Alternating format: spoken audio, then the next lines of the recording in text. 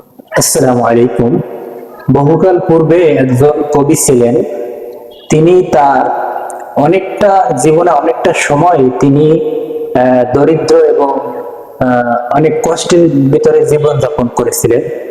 তিনি একটা পর্যায়ে তিনি আল্লাহর কাছে ধন সম্পদ আরাম আয়েশ এগুলো তিনি আল্লাহর কাছে চাইলেন, কামনা করলেন, কিন্তু তিনি এগুলা পাননি। তিনি একজন স্ত্রীও চেয়েছিলেন, কিন্তু তিনি সে চেষ্টাও ব্যর্থ হন। কিছুদিন পরে তার চুল দাড়ি সবকিছু পেকে যায়। তারপরে তার হাড় গোড় পায়ের হাতের এগুলো সবকিছু নরম হয়ে যায়, দুর্বল হয়ে যায়। তখন তিনি এই মুহূর্তে তিনি তার দোয়া আল্লাহর কাছে কবুল হলো এবং তিনি অনেক ধনবান হলেন। তার অনেক ধন সম্পদ, তার অনেক কিছু সে ওই মুহূর্তে পাইলেন। কিন্তু ভাগ্যের কি নির্মম পরিহাস যে তখন তিনি এগুলো পাওয়ার পরে তিনি এমন একটা অবস্থায় চলে গেলেন, তার বয়সটা এমন একটা অবস্থায় গেল যে সে এগুলো পাওয়ার পরেও সে আসলে এর আরাম আয়েশ এগুলো ভোগ করতে সক্ষম নন। তিনি যখন এগুলো ভোগ করার জন্য সক্ষম ছিলেন তখন তিনি এগুলো পাননি, অর্থাৎ তাকে আল্লাহ তাআলা এগুলো দেননি। তখন যখন তার বয়সটা এতটা হয়ে গেছে, তারপরে যখন সে সম্পদের মালিক হলো, তখন তার চারদিকে আশেপাশে প্রত্যেকটা জায়গায় তখন সে সবকিছু দেখতে পাইতেছে। আমার সুন্দর সুন্দর নারী, সুন্দর সুন্দর টর্কি নারী, এরকম সবকিছু দেখতে পাইতেছেন, কিন্তু সে এগুলো ভোগ করার সুযোগ পাইতেছেন না।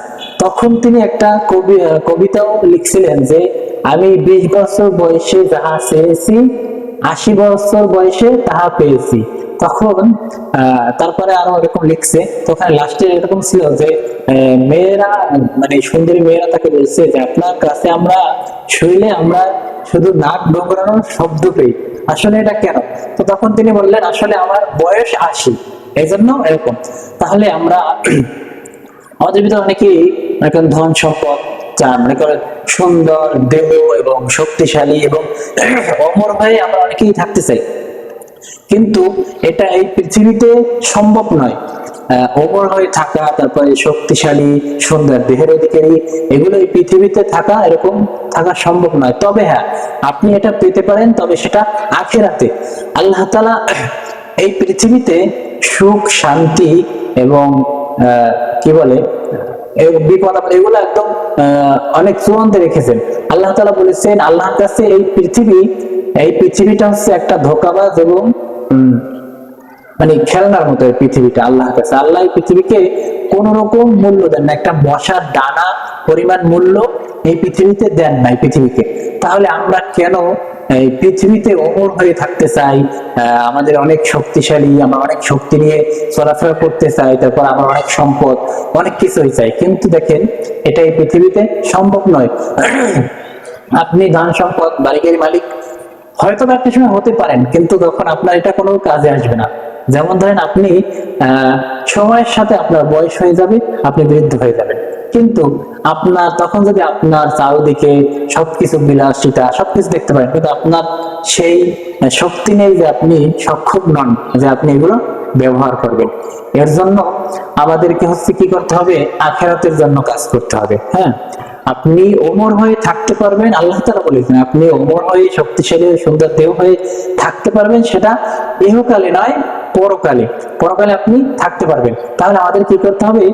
এই দুনিয়ার সামান্য সময়ে আমাদেরকে পরকালের সেই সুখ শান্তি বিলাসিতা এইগুলো অর্জন করতে হবে পৃথিবীতে বসে।